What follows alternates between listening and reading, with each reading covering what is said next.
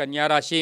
ಕನ್ಯಾ ರಾಶಿಯವರಿಗೆ 2024ರ ಆರೋಗ್ಯ ಭವಿಷ್ಯವನ್ನು ನಾವು ನೋಡೋಕೆ ಹೋದಾಗ ಈ ರಾಶಿಯವರಿಗೆ ಚತುರ್ಥ ಸ್ಥಾನ, ಷಷ್ಠ ಸ್ಥಾನದ ಯೋಗಗಳನ್ನು ನೋಡೋಕೆ ಹೋದಾಗ ಗುರು ಮತ್ತು ಶನಿಯ ಪ್ರಭಾವ. ಶನಿ 6ನೇ ಮನೆಯಲ್ಲಿ ಸಂಚಾರ ಮಾಡ್ತಾ ಇರ್ತಾರೆ. ಹಾಗೆಯೇ ಗುರು 9ನೇ ಮನೆಯಲ್ಲಿ ಸಂಚಾರ ಮಾಡ್ತಾ ಇರ್ತಾರೆ.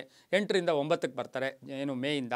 ಈ ರಾಶಿಯವರಿಗೆ ಸ್ವಲ್ಪ ಕಾಯಿಲೆಗಳ ವಿಷಯದಲ್ಲಿ ಜಾಗ್ರತೆ ಇರಿಸಬೇಕು. ಸ್ವಲ್ಪ ಟೆನ್ಷನ್ ಅಂತ ಹೇಳುತ್ತೆ, ತೊಂದರೆಗಳು ಕೂಡ ಉಂಟಾಗ್ತಕ್ಕಂಥ.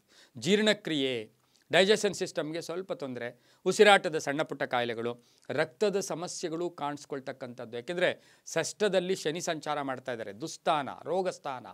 ಆಮೇಲೆ ಈ ರಾಶ್ಯಾಧಿಪತಿ ಕೂಡ ಬುಧ ಆಗಿರ್ತಾನೆ. ಆದರೆ ಇವರಿಬ್ಬರು ಸ್ನೇಹಿತರಾಗಿರೋದ್ರಿಂದ ಅಂತಹ ಒಂದು ಏನು ಅಂತ ಹೇಳಿದ್ರೆ ಮೇಜರಾಗಿ ತೋರಿಸುತ್ತೆ. ಕೆಟ್ಟ ಪ್ರಭಾವ ಕೂಡ ಇರೋದಿಲ್ಲ. ಸಾಧ್ಯವಾದಷ್ಟು ಈ ರಾಶಿಯವರು ಕೆಂಪು ಬಟ್ಟೆ ಹಾಕಬಾರ್ದು, ಕಪ್ಪು ಬಟ್ಟೆ ಹಾಕಬಾರ್ದು, ತುಂಬ ಕಲರ್ಫುಲ್ ಬಟ್ಟೆಗಳು ಕೂಡ ಹಾಕಬಾರ್ದು. ಅದರ ಜೊತೆಗೆ ತುಂಬ ಪ್ರಯಾಣಗಳನ್ನು ಹೆಚ್ಚಿಗೆ ಮಾಡಬಾರ್ದು. ಅಜೀರ್ಣದ ಸಮಸ್ಯೆ, ಊಟ ಡೈಜೆಷನ್ ಆಗಲ್ಲ, ರೆಸ್ಪಿರೇಟರಿ ಸಿಸ್ಟಮ್ ಸಣ್ಣ ಪುಟ್ಟ ಇದು, ಹೊಟ್ಟೆಯಲ್ಲಿ ಏನೋ ಒಂದು ತೊಂದರೆಗಳ ಸಣ್ಣ ಪುಟ್ಟದ್ದು ಉಂಟಾಗ್ತಕ್ಕಂಥ ಸಾಧ್ಯತೆ ಈ ರಾಶಿಯವರಿಗೆ ಇರುತ್ತೆ. ಈ ರಾಶಿಯವರಿಗೆ ವರ್ಷದ ಪ್ರಥಮ ಭಾಗ ಅಂದರೆ ಜನವರಿ, ಫೆಬ್ರವರಿ, ಮಾರ್ಚ್ ಅಂತ ತಗೊಂಡು ಹಾಗೆ ನವಂಬರ್, ಅಕ್ಟೋಬರ್, ನವಂಬರ್, ಡಿಸೆಂಬರ್ ಈ ಲಾಸ್ಟ್ ಮೂರು ತಿಂಗಳು ಸಹ ಬಹಳ ಜಾಗೃತಿಯಾಗಿ ಈ ರಾಶಿಯವರು ಇರಬೇಕಾಗಿರುತ್ತೆ. ಈ ರಾಶಿಯವರು ಪ್ರತಿನಿತ್ಯವೂ ಸಹ ಸ್ವಲ್ಪ ಬಿಸಿಯಾದ ನೀರನ್ನು ಕುಡಿಯೋದು, ಬಿಸಿಯಾದ ಆಹಾರವನ್ನು ಸೇವನೆ ಮಾಡ್ಕೊಳ್ಳೋದು, ಹಾಗೆಯೇ ಹೆಚ್ಚು ಪೌಷ್ಟಿಕ ಆಹಾರಗಳನ್ನು ಎಲ್ಲಂದರೆ ಅಲ್ಲಿ ಆಹಾರ ತಿಂತಕ್ಕಂಥದ್ದು. ಆಹಾರದ ಕೊರತೆಗಳು, ಇವತ್ತೇನೋ ನಮಗೆ ಸ್ನ್ಯಾಕ್ಸ್ ಆಗ್ಬೋದು, ಏನೋ ಒಂದು ಕೆಲವು ಆಹಾರಗಳನ್ನು ನಾವು ಎಲ್ಲಿ ಸಿಕ್ಕಿದ್ರೆ ಅಲ್ಲಿ ಆಹಾರ ಸೇವನೆ ಮಾಡಿಬಿಡ್ತೀವಿ. ಅದರಲ್ಲೂ ಕೂಡ ಇವರಿಗೆ ತೊಂದರೆ ಆಗ್ತಕ್ಕಂಥ ಸಾಧ್ಯತೆ ಇರುತ್ತೆ.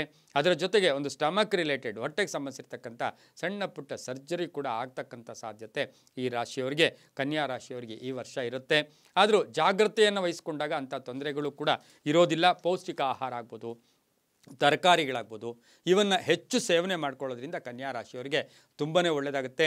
ಯಾರಾದರೂ ವಿವಾಹಕ್ಕೆ ಹೋದಾಗ ನೀವು ಅಕ್ಷತೆ, ನಿಮ್ಮ ಮನೆಯಿಂದ ತೊಗೊಂಡೋದ ಅಕ್ಷತೆ ಅಲ್ಲಿ ಕೊಡ್ತಕ್ಕಂಥದ್ದು, ಅಥವಾ ಅಲ್ಲಿ ಒಂದು ಜೊತೆ ಬಟ್ಟೆಯನ್ನು ಗಂಡು ಹೆಣ್ಣಿಗೆ ಕೊಡೋದು.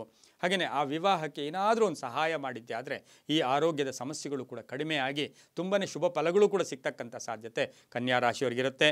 ಕನ್ಯಾ ರಾಶಿಯವರು ಪ್ರತಿನಿತ್ಯವೂ ಸಹ ವಿಷ್ಣುವಿನ ಒಂದು ಅಂಶ ಇರತಕ್ಕಂಥ ರಾಶಿ ಕೂಡ ಇದಾಗಿರೋದ್ರಿಂದ ಓಂ ಪುಂಡರೀಕಾಕ್ಷಾಯ ನಮಃ, ಓಂ ಪುಂಡರೀಕಾಕ್ಷಾಯ ನಮಃ ಈ ಮಂತ್ರವನ್ನು ಎಷ್ಟು ಬಾರಿ ಹೇಳ್ಕೊಳ್ತೀರೋ ಅಷ್ಟು ಶುಭದ ಫಲಗಳು ಕೂಡ ಸಿಕ್ಕಿ ಆರೋಗ್ಯದಲ್ಲಿ ಚೇತರಿಕೆ ಕಾಣ್ಕೊಳ್ತಕ್ಕಂಥ ಸಾಧ್ಯತೆ ಕೂಡ ಬರುತ್ತೆ.